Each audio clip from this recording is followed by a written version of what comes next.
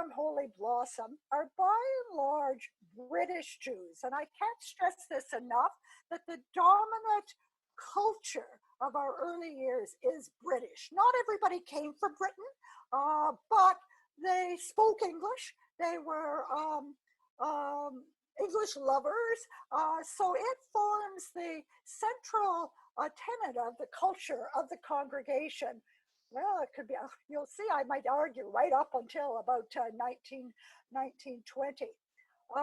When one of my colleagues, who you'll hear about later in this series, Susan Cohen, was speaking to a member of the archive committee at Central Synagogue in New York, and was boasting about the fact that we have our minutes back to 1856.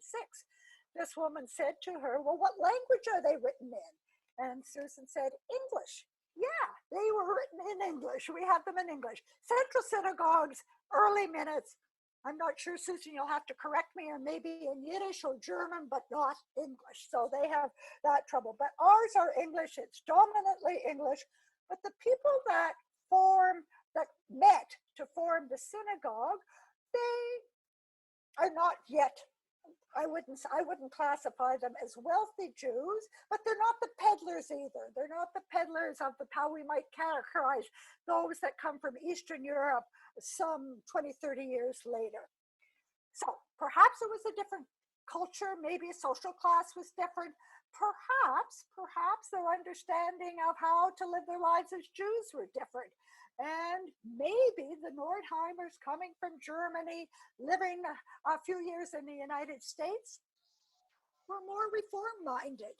Who knows? But just want to throw that out as a possibility. So the first indication that not everybody thought the same, right back even at 1856. The next indication I want to talk a little bit about is when we form and go to build our first synagogue building, which is 20 years later in 1876.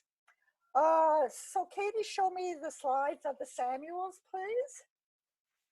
So very soon after our founding in 1856, Louis Samuel becomes really the strongest leader of the congregation. He is an English Jew. He and his wife, Kate, they arrive in Toronto by way of Montreal, but they do arrive on the Toronto scene in 1856, just before the meeting on which we are established. Louis Samuel, along with his brother Mark, form a metal importing business, and that over time becomes a significant business and still exists today. And so not only is he the leader, often serves as president of the congregation for our first 30 years, but really sets the tone and direction for how the congregation is going to play itself out.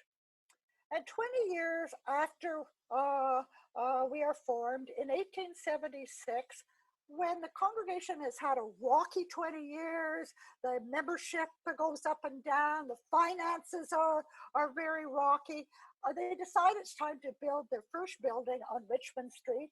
And Louis Samuel makes this possible by lending the congregation a significant sum of money to do so. But he doesn't just do it by giving the congregation money. He does it by before I go on to the slide, I should just point out, I put in the middle of this slide of Louis and Kate Samuel a picture of the front of our sanctuary, but highlighting the stained glass window, because that stained glass window was made possible through a dedication, through a donation that Louis and Kate Samuel's son, Sigmund Samuel, made in the early 1940s in memory of Louis and Kate Samuel. Again, if we get back into the sanctuary, if you go up to the gallery, you can see that dedication there in front of that rose window there. Okay, Katie, you can go on to show the text, the terms of the text of the trust. So this is what Louis Samuel sets up as his terms, the conditions, that he will give this money that will allow the congregation to build its first building on Richmond Street. It's written in the legalese of the time, But the gist of it is, if anybody wants to take the time trying to get through this legalese, is that he's going to give them the money so long as such congregation continues to worship according to the doctrines, rules, forms, and ceremonies known and recognized as Orthodox minhag.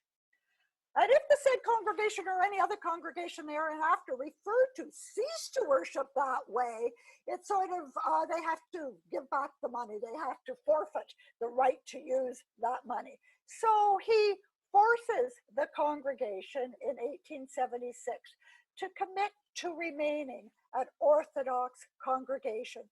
That's being said, an Orthodox congregation, albeit in the British style of which he is very much a part, knows of it. Now that says to me, the fact that Louis Samuel had to stipulate this in 1876 says to me that he had concerns, that there were members of the congregation at that time that wanted to see the congregation go in another direction, movement away to a more reform-minded way of worshiping. So he wanted to make sure that that wouldn't happen.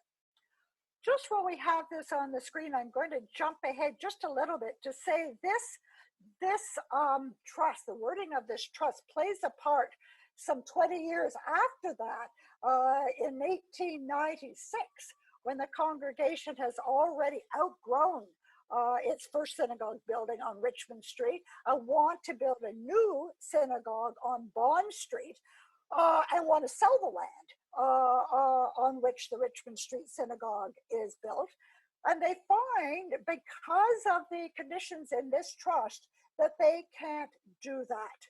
This trust is administered by trustees that were set up in 1876 to administer the trust. These trustees were trustees for life. They control the terms of this trusteeship. And the congregation found in 1896 it wasn't so easy to sell the land unless this could be written into how this congregation was going to see itself 20 years later in the 1890s. So what was done at that point was an article was created that was embedded into the constitution of the congregation.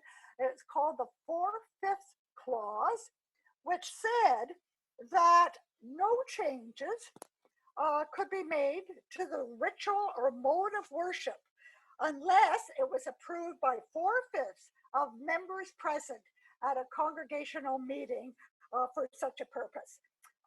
This was Article 1 of the bylaws. It was retained in the bylaws for many, many years. And we'll see later in my discussion that it was actually used to thwart possible changes that might have been made. Apparently, sometimes it was gotten around because what did ritual really mean? Was left open for discussion. And eventually, I do know that it's not in our current bylaws. When I get back into the building, I'll be able to determine exactly when that article was no longer part of our written bylaws. So Louis Samuel, leader of the congregation for our first 30 years, he dies in 1887, had strong control over the type of worship, the type of way that the congregation was going to behave and worship, and that certainly was not reform. That being said, when the Richmond Street Synagogue opens in 1876, the members of the congregation wanted to say to the community, we have arrived. We are now really making a name for ourselves. So they wanted the opening event of our Richmond Street congregation to be something of note. It was not held, the opening dedication ceremony was not held on Shabbat. It was held midweek. But they wanted it to rival the opening of some of the churches that were being opened around the same time. So they were able to convince the leadership that it would be okay to rent an organ for that purpose and to form a choir, a mixed choir no less, to be used during that opening ceremony thing. Both the use of an organ and certainly women's voices, women's voices in a mixed choir, no less, were definitely not things allowed according to the Orthodox minhag that they were to follow. Um, the last session that we're going to have in our series is going to be led by Susan Cohen, who's going to do a wonderful job to make us understand, see how music plays such an important role in our history. And so just for our purposes today, I have to emphasize that music is a very contentious issue.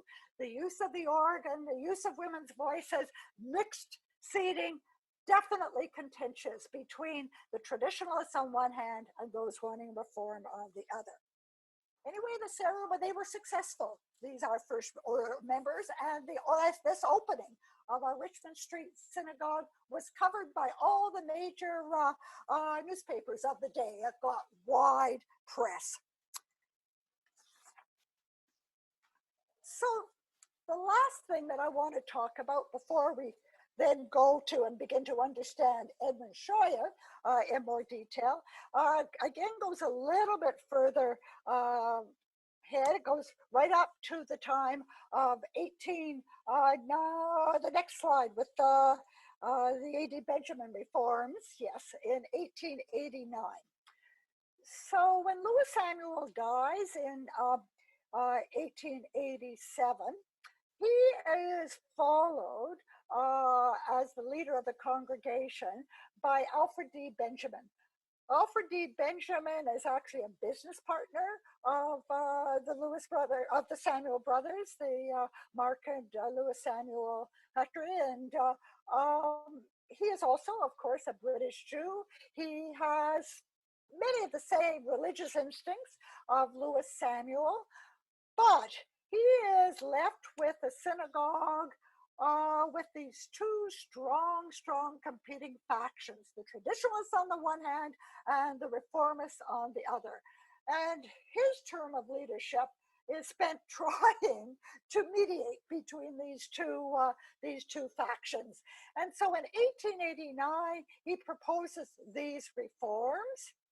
First of all, the congregation should engage a first-class lecturer, should be able to act as the school superintendent. We'll see a little bit more of that when we start talking about Edmund Scheuer, what that actually means. Again, music, that an organ should be secured and a good choir developed. This is definitely a concession to the reformists. And in fact, Susan is going to show us a gorgeous picture of giving a little bit of, but it's a hint of the inside of Bond Street with a pipe organ there. So that actually happens by the time we have Bond Street. Services, the number three, that services are going to be held with more decorum. And I'll talk a little bit about how Edmund Scheuer feels about the lack of decorum that he experienced or he sees when he first comes to Toronto, and how much he hates that lack of decorum. And so this whole practice of selling honors in order for people to get be called up for an aliyah, he wants to have this reform, wants to abolish all of that, to try and establish a much more refined, reformed service than what was going on before that. And lastly, that membership fees should be raised to allow them to accomplish some of these reforms. One of the sources that I read that said in addition to the strong edicts that Louis Samuels put in place that prevented some of the reforms from getting established until many years later, was also finances. And certainly if you read the early minutes of the congregation, they were always discussing how much our early, I call them functionaries, our early leaders of the congregation should be paid. They were required to do a whole bunch of jobs and be paid very little for doing that. And of course, how much it would cost to become a member of the congregation. The congregation does ultimately acquire the cemetery that was started 7 years earlier. When it takes a couple of years for the congregation to reach an agreement with the gentleman that did form that cemetery. And from the reading of the bylaws, or from the minutes, it seems that it was all because of money.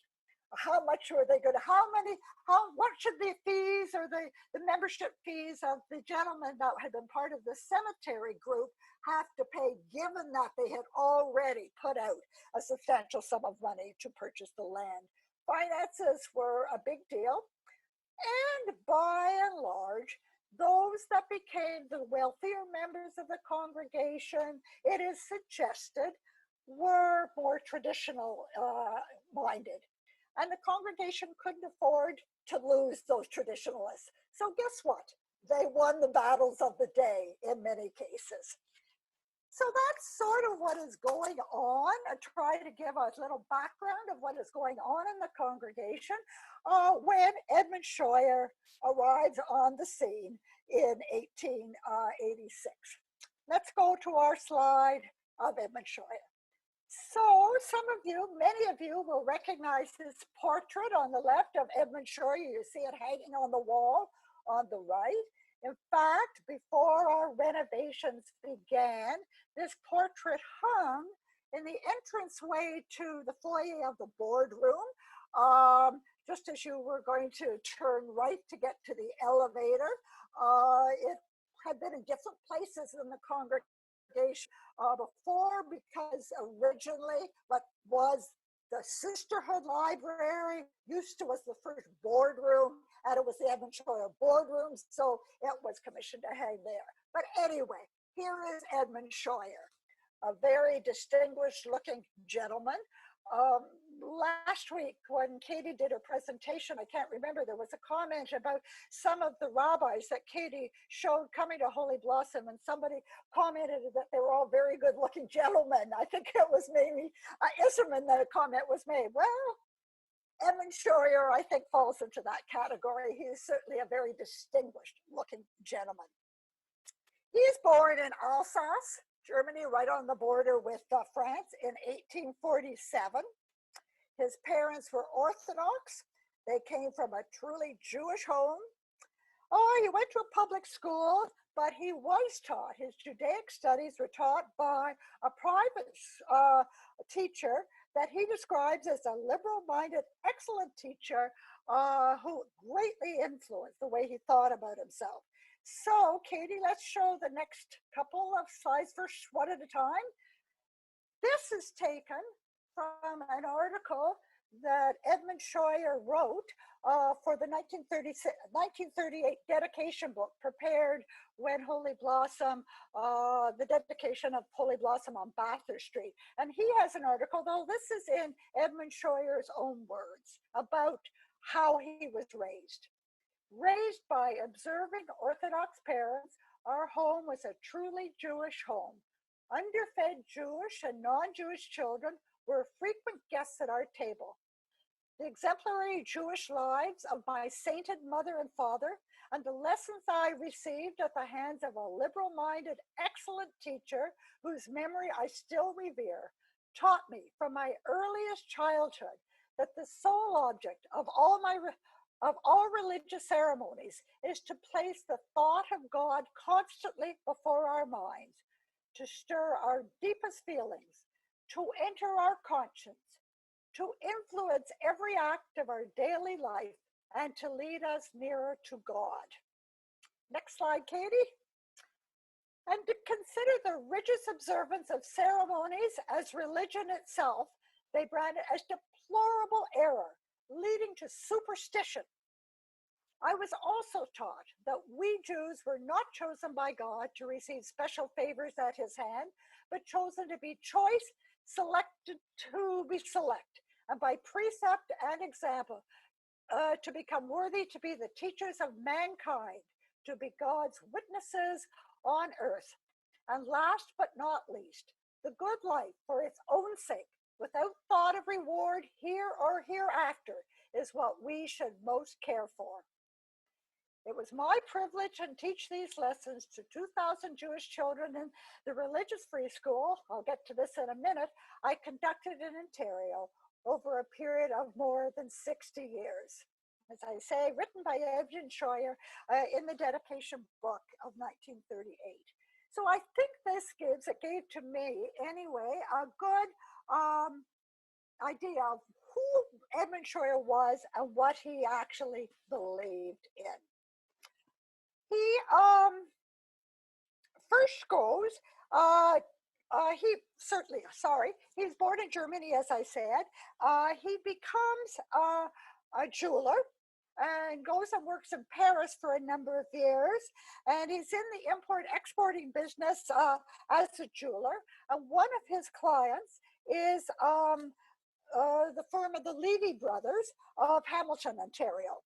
And the Levy Brothers then invite Edmund to come to Hamilton to join them there. And he did. And he loved Canada right from the start. He comes to Canada in 1871 to do that. And then he comes to Canada. He has this dream in this new land, Jew and Christian, synagogue and church would work shoulder to shoulder for the ideals which both religions held in common, the fatherhood of God who has created us all, and the brotherhood of man. When he comes to Hamilton, he joins Anshe Sholem Synagogue. Anshe Sholem was created in 1853. There's been sort of a friendly rivalry between Holy Blossom and Anshe Sholem over the years about which is the first congregation west of the Ontario-Quebec border. If Anshe Sholem dates their founding from an organization that was formed in 1853, they beat us by 3 years. If we say, okay, but some of us were around in 1849, anyway, they are one of the oldest synagogues in Ontario. And he joins Anshe Sholem right away and is soon elected its secretary. This is a pattern we're going to see about Edmund Scheuer. He joins congregations where both in Hamilton and then later in Toronto, and very quickly becomes one of the leaders of the congregation, gets on the board, takes a very active role. Either he's recognized as having tremendous leadership skills, which I think he does and has, or he's a bear for punishment. Those of us who have served on synagogue boards might say he is that. But anyway, he does become very, very involved in Anshe Sholem. And there he sets himself two tasks. He wants to reform the ritual, and he wants to teach children what Judaism is all about. So in Hamilton in 1872, he establishes the first Sabbath school in Ontario. And he sees as a way he understands as a way of influencing and changing the culture of a congregation, you work with the children, something that he continues to do throughout his life. And what does he really want? He wants, as I say, he wants to change the rituals, that he sees that ceremonies, the idea of rituals and ceremonies must be those that help Jews become better human beings. And if they don't do that, if they don't help Jews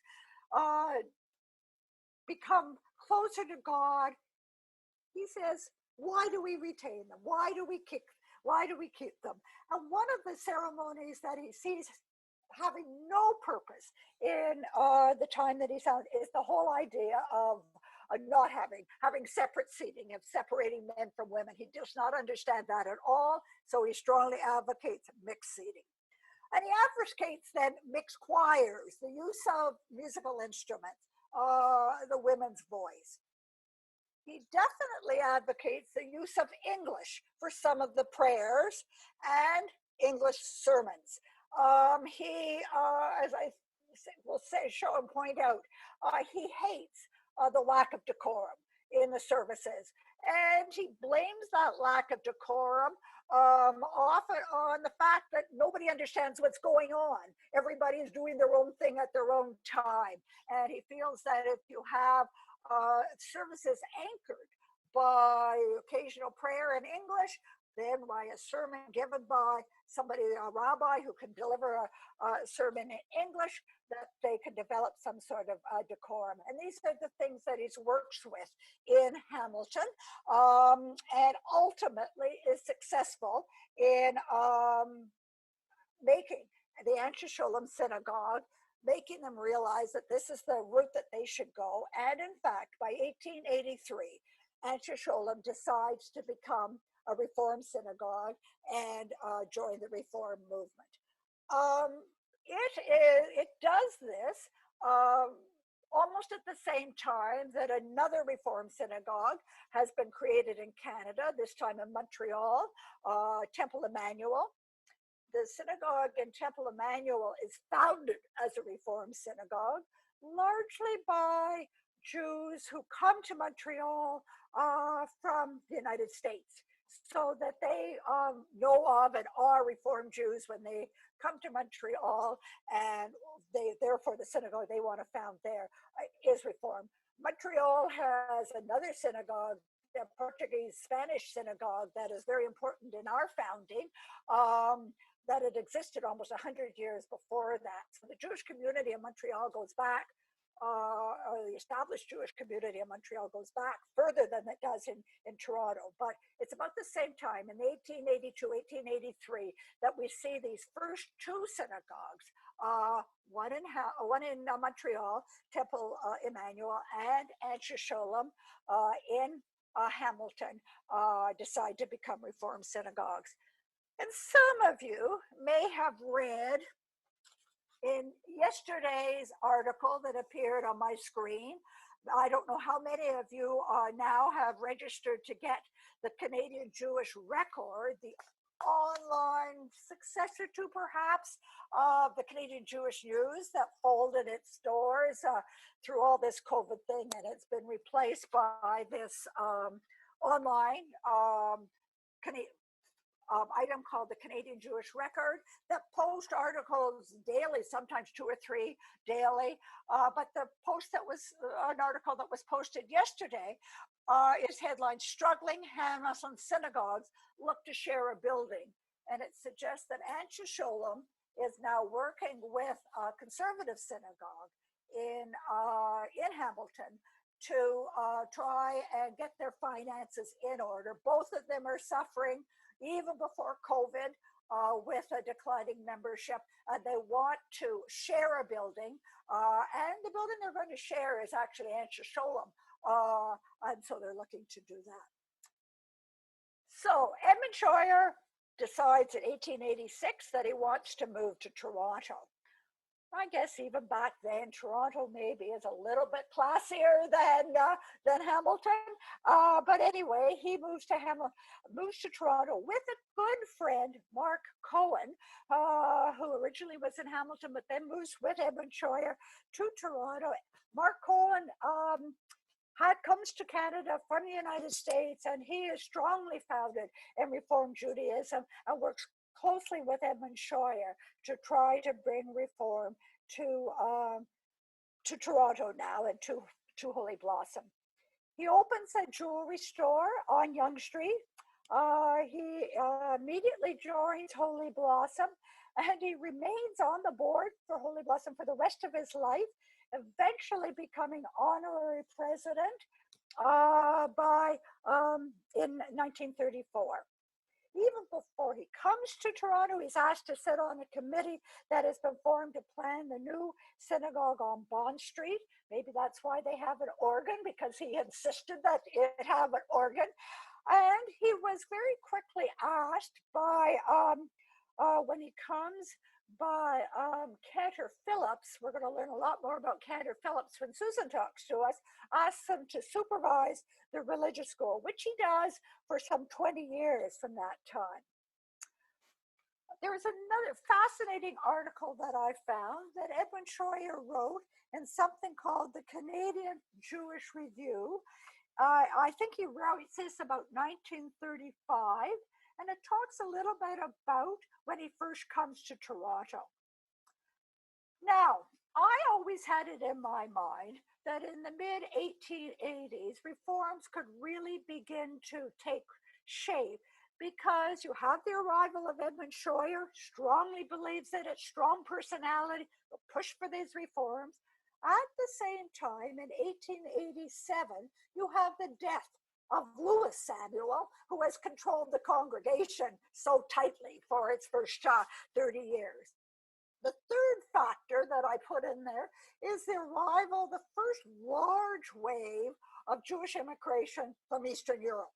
And many of the Jews that arrived from Eastern Europe, even though Holy Blossom might say they're an Orthodox synagogue according to the English style of Orthodoxy, it's first of all, they're not speaking Yiddish. They're not doing any of the things that these Eastern European Jews recognize that they want to be. So we see the formation of many other smaller synagogues. Gold Zedek, for example, is formed in 1883. And so some of the others, the McCall Street Synagogue, 3 years later, 1886. So a number of other synagogues are formed. And so Holy Blossom is no longer the only game in town. Anyway, this article that I found that Edmund Scheuer writes in 1935 says that when he comes to Toronto, I cultivated the acquaintance of Mr. and Mrs. Lewis Samuel, and we became intimate friends. They and their children paid frequent visits to my home. And so I said, to suggest that reform started because exit Lewis Samuel, enter Edmund Scheuer may not be 100% accurate. And so I can only guess, this is just a guess. I don't want to give the impression Edmund Scheuer was a devout Jew. He was a strong Jew. He strongly believed in Judaism. And in fact, it was his passion for Judaism which led him to want to teach what he believed Judaism was all about to so many children over the years. And perhaps he saw that same passion in Lewis Samuel. Even though they practiced their Judaism in different ways, that they shared this strong passion for what it was to be Jewish, and particularly what it was to be Jewish in the New World, in Toronto in particular. In the same article, he talks about attending a service in the sanctuary. And he said, I attended the service on Saturday. The disorder was about the same as it had been 10 years ago. So this would have been when he first comes to Canada, at the McCall Street Shul. Also then leads me to say, why when he comes to Toronto does he join Holy Blossom and not either the McCall Street Shul or Gold Zedek Shul? But anyway, he obviously did not like the disorder in the McCall Street Shul in Toronto. During the reading of the law, Mr. Lewis Samuel, president, in order to stop the noisy conversations carried on in different parts of the synagogue, repeatedly brought down his fist on the reading desk, shouting, "Strum, strum!" 8 men were called up to the Sefer, everyone making a mishabach to a woman in confinement. There you go, Katie. They're all making a mishabach to their wives or others anyway. Beside these, a dozen men at the conclusion of the reading of the law, coming from all parts of the synagogue, wrapped up from head to foot in talisim, formed a long row in front of the ark, each in turn ordering in a loud voice, "Mishabach, mishabach." The offerings varied from 25 to 50 cents. We can perhaps then understand some of the reforms that we saw that I introduced you to, that A.D. Benjamin made in 1889, that Edmund Scheuer absolutely did not like at all in the services that were being led at that time. And then there's a very interesting little piece in this article that I shared with my colleagues earlier today. Mr. Samuel honored me with the reading of the Haftarah. Contrary to the customary Nigun style, I read the Hebrew slowly and distinctly. This slight change in the ritual aroused the ire of half the male worshippers, who angrily left the premises to return after I had finished. So that's what Edmund Scheuer found, and what Edmund Scheuer definitely did not like, and tried to make a point to change in Toronto at Holy Blossom, just like he had done in Anshe Sholem. In Anshe Sholem, it takes him 10 years to make these changes. At Holy Blossom, we're going to see it takes him about 30 years to make these changes. So, nevertheless, because I think of his prodding of everything, the Holy Blossom finally does decide in 1890 to invite the first person that they consider to be a rabbi, Rabbi Barnett Elsass, to be their spiritual leader. He has been educated at Jews College in London. He arrives in 1890, as I say, to become the spiritual leader of Holy Blossom. He lasts for 3 years.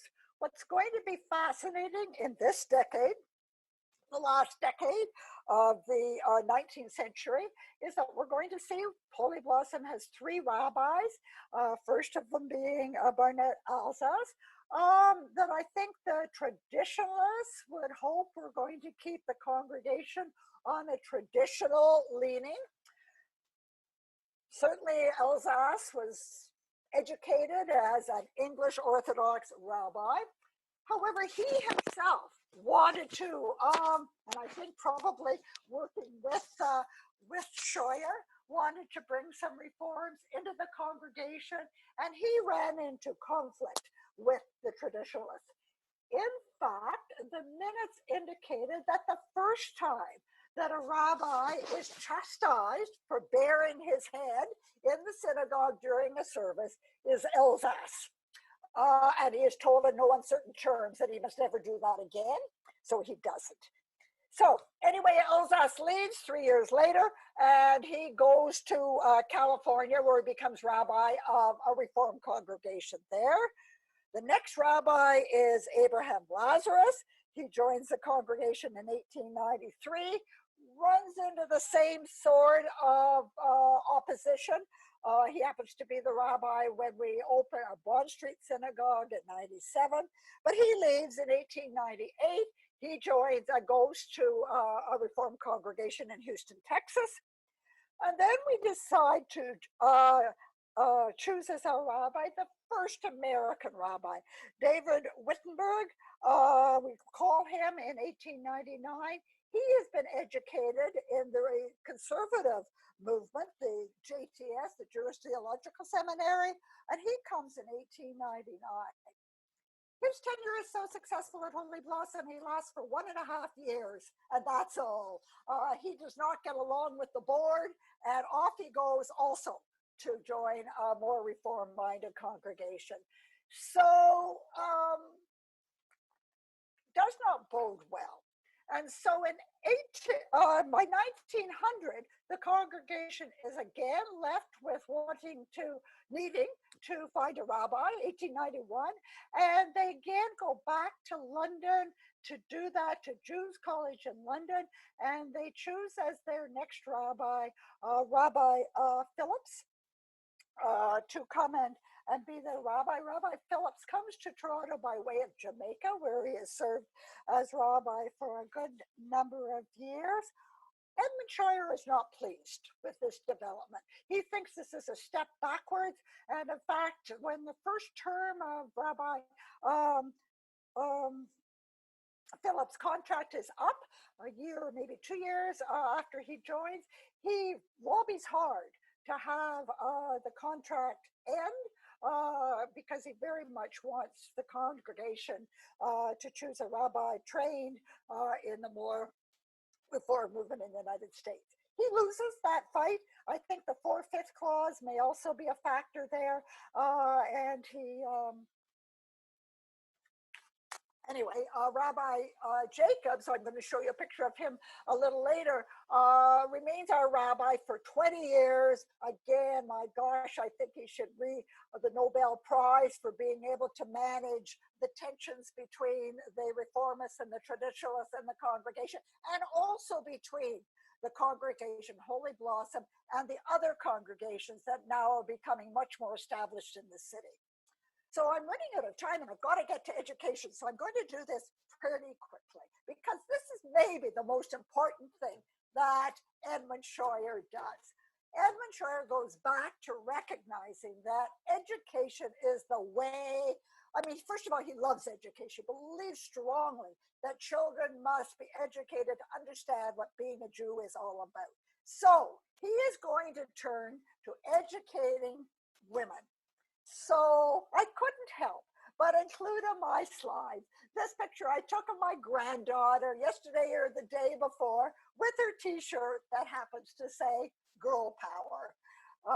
Here she is on the deck of our cottage where I am right, well, I'm not on the deck, but I'm at the cottage. And he does turn to educating girls as an important thing that he must do.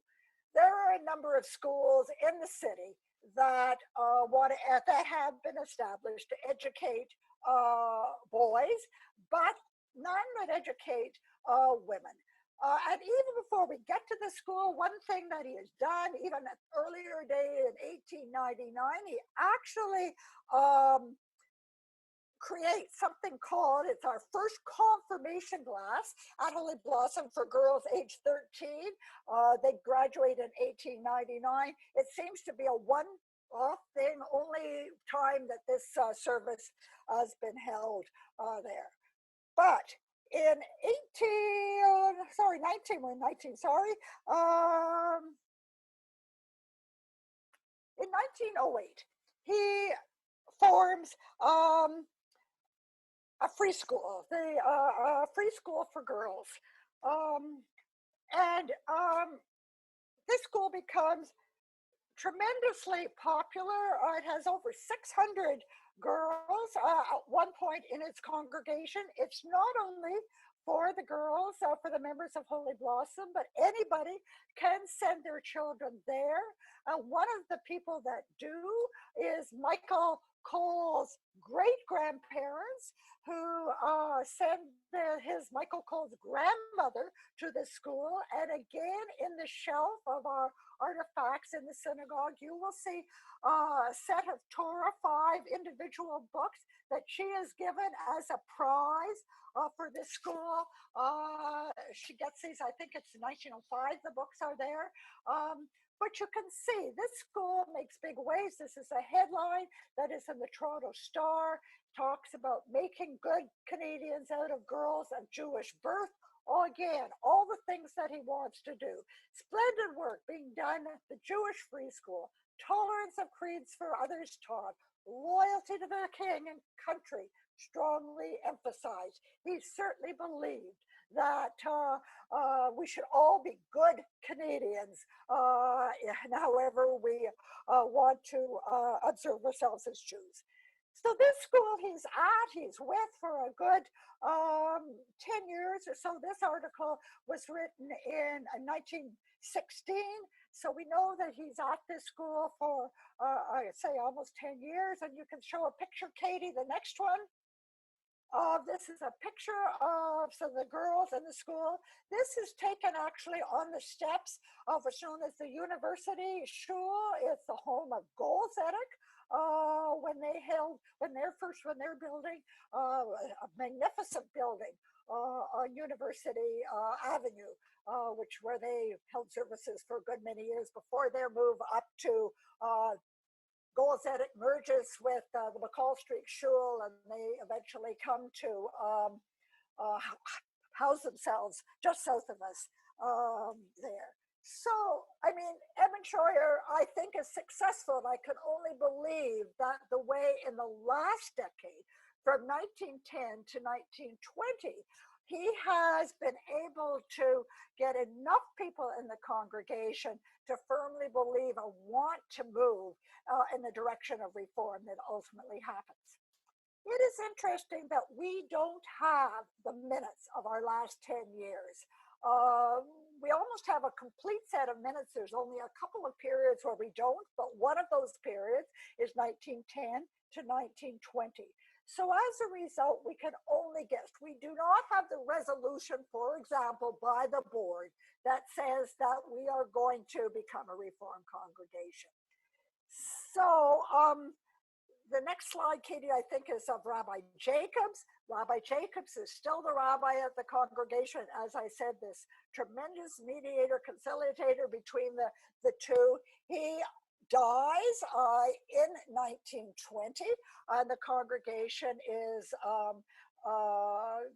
left with the need to find a new rabbi.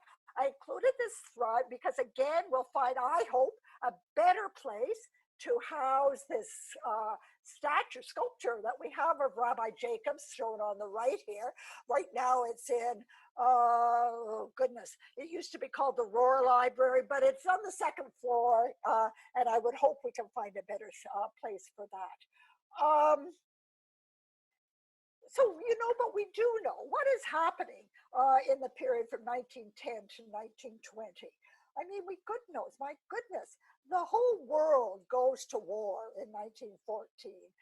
And Canada, as strong supporters of anything British and of Britain, joins that war effort as soon as Britain declares war in 1914.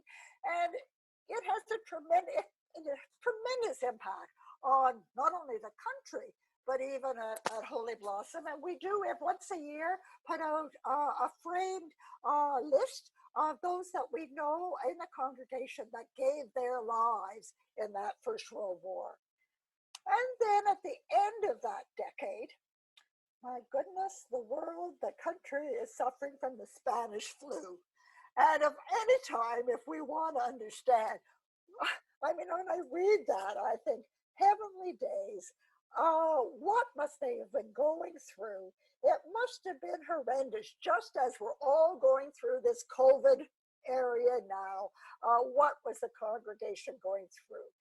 Michael Cole's grandmother that I referred to that went to Edmund Scheuer's school actually dies of the Spanish flu. And so Michael never knew her. He died of her back in, Michael will correct me, of 1918.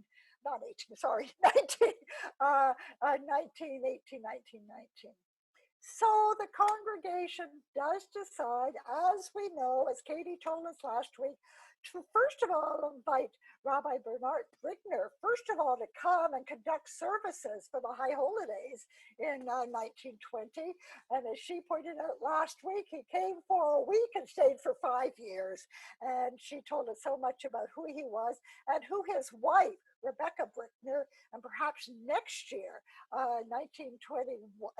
2021, Sisterhood, when they're marking of their 100th anniversary, will share with us a lot more about Rebecca Brickner, the founding of the Sisterhood at Holy Blossom. And now I really am running out of room, and I'm just going to leave with this last slide. This is the way Holy Blossom, the biggest memorial to Edmund Scheuer, the creation of this stained glass window, one of the first, in fact, it was the first of these long windows created in, and it was dedicated in 1947 in memory of Edmund Scheuer. A modern day, they describe a modern day Johann ben Zakkai, who died in 1943. The legend on this window says, "Truth is the seal of God." Fittingly exemplifies the inner and outer character of this man who devoted himself to Holy Blossom Temple and the perpetuation of Jewish learning in its religious school. So there you have, and if I'm allowed to go 5 minutes, well, 1 minute over, just one last story, is how did Edmund Scheuer die at the age of 94? I think that exemplifies who he is. He is such a man of order. I've already pointed out order, decorum. He was a jeweler. He sold watches. He probably mended and looked after watches. And his store. His store was on Yonge Street, but he lived over on Jarvis or Sherburne area. And every day he took the streetcar, the King Street streetcar, from his home across King to Yonge Street to his store. And apparently he was as punctual as you can believe. And the driver of the streetcar knew that and got to know him very well. And this driver could set his watch by Edmund Scheuer coming along to catch his particular streetcar. This one particular morning, there was another driver driving that streetcar who knew not of Edmund Scheuer. And Edmund Scheuer, for whatever reason, perhaps was just a tad bit late, or maybe the driver was a tad bit early. But Edmund Scheuer saw the streetcar there and was ready to take off. So he runs and he jumps in front of the streetcar to stop the streetcar so he could get on. Unfortunately, the streetcar has picked up enough steam that it can't stop, and he hits the streetcar, hits Edmund Scheuer. He's rushed to the hospital where he dies a couple of hours later. It's a tragic story in a way, but perhaps a pretty fitting end to so much of what we know and think about Edmund Scheuer. And so, Katie, I'm going to turn it back to you because I have gone overboard. I know Michael Cole, for example, interviews people who knew Edmund Scheuer in person, and there might be time for maybe 5 minutes of questions. Yeah, I just want to say, first of all, Sheila, thank you so much for really filling in a lot of the details of what was going on here in Toronto at the beginning of all of this, because really we can't know what happened between 1856 and 1920. There's no Twitter, there's no Facebook, there's no, so it's incredible to have someone who has been able to take the time to look through the records and really enlighten us on that. Before we turn it over for questions, I'll be very brief. But just a reminder that next week, Howard Roger will be speaking about Maurice Eisendrath and the era of classical reform. And the week following, we will talk about Heinz Warschauer, which some of you may have been taught by, or at least know of. And then we'll go on to Rabbi Feinberg and Plout. Susan Cohen, as Sheila mentioned, will talk about music. And again, if you don't get heard today, and our 7th class, we'll just be kind of, schmoozing and kvetching about our own stories and our history in Holy Blossom. So I just want to open the floor and be respectful of everyone's time, but maybe take a couple minutes and see if anyone has any questions. A question? Yeah, sure. If you have a question, just shout it out. Did he leave any descendants? He doesn't have any children. He does get married. He actually goes back to Europe and marries somebody, Oda Strauss, but doesn't have children. But you know what, Jack, I should do more research into that. He has a brother that comes with him and a sister that comes with him also to Canada. And whether there are relatives of those, we do have, I know Brotherhood had invited Kenneth Pritzker, who is related to Edmund Scheuer, to speak at one of the Brotherhood sessions, I believe during Temple's 150th year. And there is a relation to the King family as well. So there are those relatives, but I don't think there are any children of Edmund Scheuer. Good question. I was going to ask if he was married, so I'm actually really glad someone asked that. Yeah, he did get married, yes. Mm-hmm. It looked like maybe Dorothy, do you have a question, or anyone else? Okay. So Michael, you did in talking to your mother, who did know Edmund Scheuer, or talking to David Hart, who knew him, and Leonard Levy. What was you were sharing their dominant or key thing that they remember most about Edmund Scheuer? All of them, you say he had a love of order and decorum, and he seems to, in their memory, he was enforcing it among the students in the school, and he would go up and down the aisles going. I've heard that from my mother and from Leonard and from David. Paul, Helen, did your family know Mr. Scheuer? Absolutely. And now my grandfather also came from Alsace and may have felt a particular affinity with Edmund Scheuer. But although I don't have any detail, I know that my parents revered him and they thought he was just a wonderful man.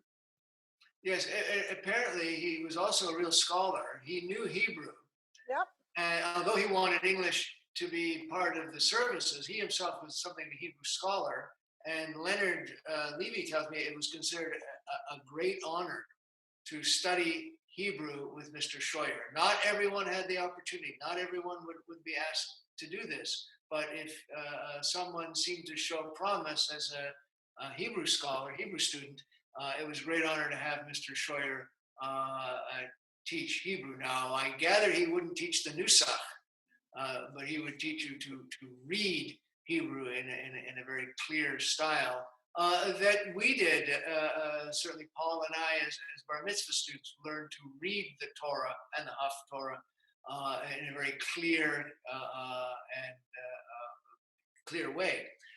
Leonard tells the story of before he went off to war. Edmund Scheuer came to him and said, "Now, Leonard, in every generation there are 10 good men. And I want you, Leonard, to be among the 10 good men." Where he found the number 10, I don't know. I mean, in Jewish tradition, it's 36 in each generation. So where he got the number 10, I have no idea, and neither did Leonard. But Leonard took it to heart, and he decided that he would indeed try to be among the righteous men of the world before he went off to war in Europe. I was very surprised, Michael, to learn that the temple had British roots rather than German roots. Yes. Very much so. The temple was was started by, you should excuse the expression, Yekas. No, we were known as among those who were not at Holy Blossom as the Deutsche Schule. Yeah. But that referred more to the style of ritual rather than to the composition of its members. No, we were decidedly British in our beginnings, and pretty quickly actually became more East European than German, certainly, as the number of East Europeans. One of the things that you did when you arrived in Toronto, if you were East European or your children did, was if you arrived, if you had made it and learned English and had some influence and some affluence, is you joined Holy Blossom Temple as a way of showing that you had arrived, or Beth Tzedek, Gold Tzedek.